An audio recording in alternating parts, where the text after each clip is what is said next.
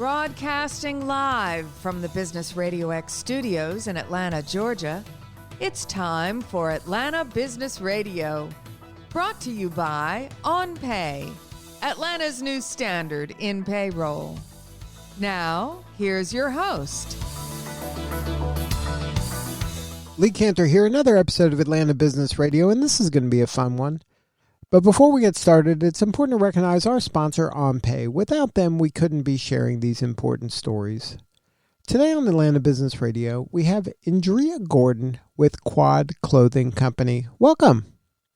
Thank you. Thank you. How are you? I am doing well. I'm excited to learn what you're up to. Tell us a little bit about Quad. How are you serving folks? Quad Clothing Company is actually a designer brand. My focus is on women and girls, and I design formal wear. So basically custom clothing for women and girls. So what's your backstory? How'd you get involved in the fashion industry?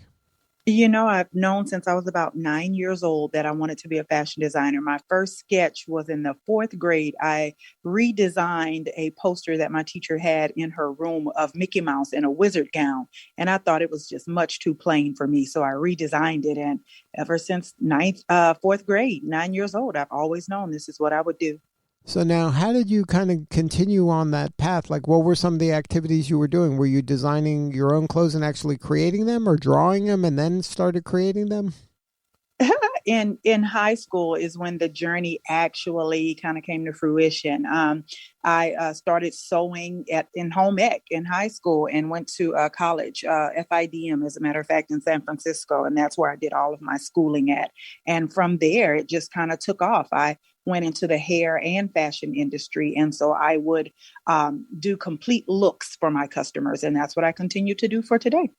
So now, what advice would you give a young person that, you know, maybe is enamored with fashion and they see it, you know, maybe they're watching some of the shows, maybe like the Project Runway type shows where it seems almost out of reach for a regular person? What advice would you give them to, you know, just start experimenting and playing and just, you know, testing the waters? You do just that. You take the jump.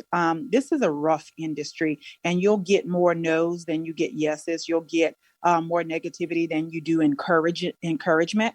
And so for a young person, I would just say, take the jump and start kind of dabbling in what you love to do. And it just so happens that once you take that jump and you dabble into what you love to do by accident, it tends to develop itself. And it becomes a reality. And once you see things actually become a reality, when they're taken from a thought to paper and then from paper to an actual reality, then something else evolves in that moment. And once it becomes a reality, then you realize this is achievable. And so once you realize it's achievable, the rest is just execution. But you have to first be brave enough to just take that jump and just start. Now, when did you start having clues that, you know, this isn't just something that you like, but you're good at it?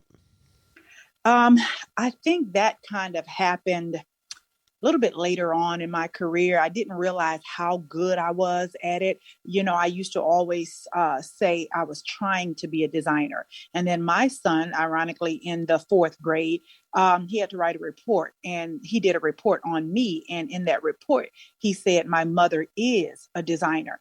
And I thought, whoa, he sees me as a designer. And so at that point, it was almost his words validated that, okay, I'm pretty good at this. Because of the way he sees me, I'm like, I'm pretty good at this. And I started to change the way I thought about myself. And then once I realized how good I was, then the rest was history.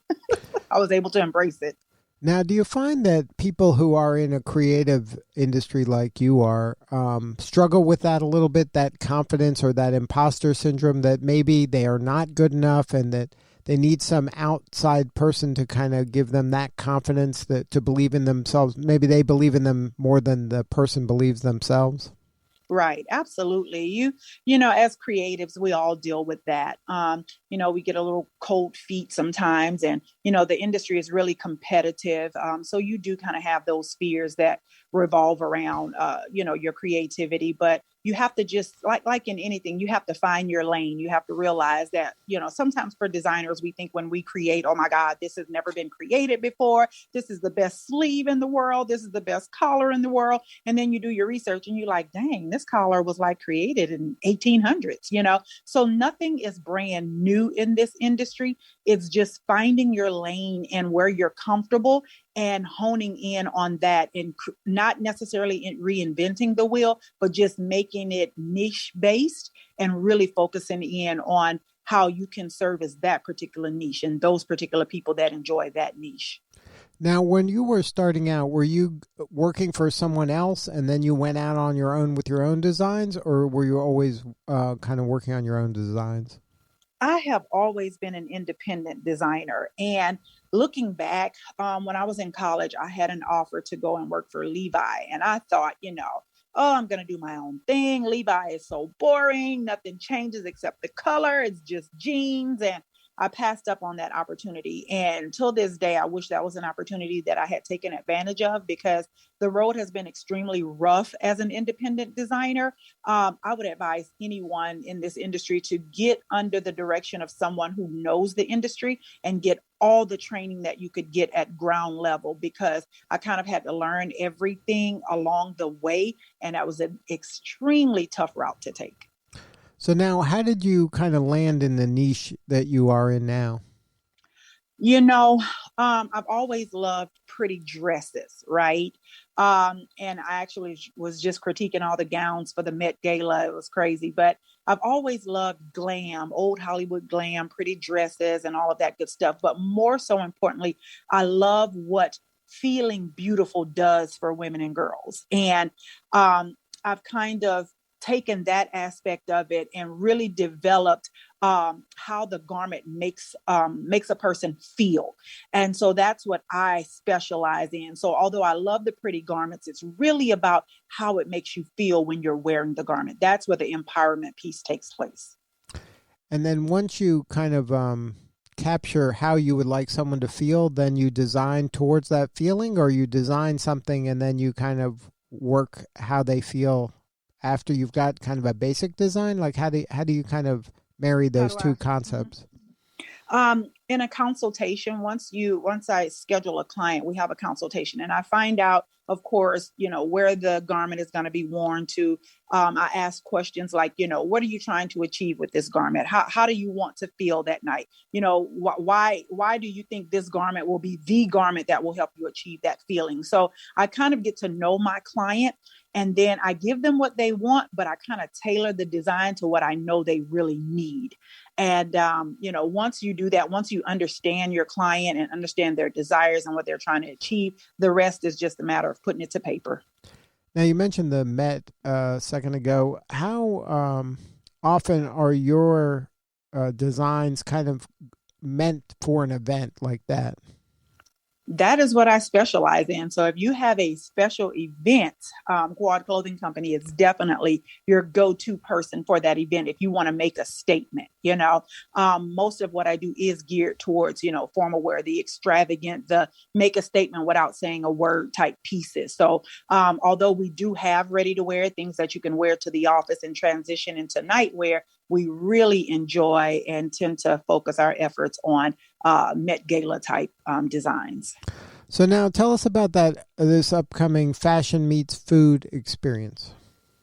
I am super excited about that. Fashion Meets Food kind of came about because those are two essential elements. Everyone wears clothes, everyone eats food. So we figured for National Food Day, what an awesome way to bring those two industries together, but to create an event that caters to both. So I have a private chef, and her name is Kendra Bates from Honey Soul. And what we did was we collaborated her dishes with my garments, or else my garments with her dishes. So at Fashion Meets Food, it's going to be a full experience of those two essential elements. So one could expect to come in and have a gallery showing up all of the gowns and how the gowns relate to the food. So if she has, I don't know, these chefs have all these fancy names. And so I can't even pronounce the fancy names, but let's just say we have, I don't know, shrimp cocktail, for lack of better words. That shrimp cocktail will match with my red gown, and my red gown will have some elements of the shrimp, whether it be the cut of the garment or the color of the garment. Somehow they will translate, and you'll be able to merge the two together to see how they resemble each other. So it's going to be really, really fun and really interesting to see. And when is that event? That is October 24th, which is National Food Day. It is a Sunday, October 24th. Are there tickets left? Are there tickets available? There are a few tickets left, and you can find those by logging into Quad, QUAD as in David, clothingcompany.com, and you can purchase your tickets there. Now, if they go to the website, there's other things to find, like is your Fashion Without Limitations program there as well? There is. We actually always incorporate. I am really big on really including my special needs babies. And I always include someone who has some form of special need in whatever I do. And so on that night, I'll have a couple of my babies who live with autism. I'll have them walking for me that night. They come from a program called Autumn's Gift, and that's autumnsgift.org. And so I'll have a few of them modeling that night, and it's going to be really fun for them. And I'm excited to have them a part of it as well. But yes, there is information on the website about them as well. So now, is the website the place like for everything Quad Clothing? They can find any upcoming events. They can find maybe some of your looks. Just everything that you're up to is found on that website. Absolutely. And then the ideal person for you as a client is somebody that goes to events, big events, that wants to make that wow statement. Absolutely. But more importantly, someone who wants to discover their inner and outer beauty, especially mothers. We have a tendency to care for everyone, and we're the last ones to get taken care of. And so really, if you want to discover that new you and really make a statement, that would be me. So it might be the person that's never kind of worked with a designer before that wants to, kind of break out of their shell and just really stand out. Absolutely. Well, congratulations on all the success, and the story is amazing, and the way that you're helping so many folks around you in your community is really outstanding, and kudos to you. Thank you so much. Thank you for having me.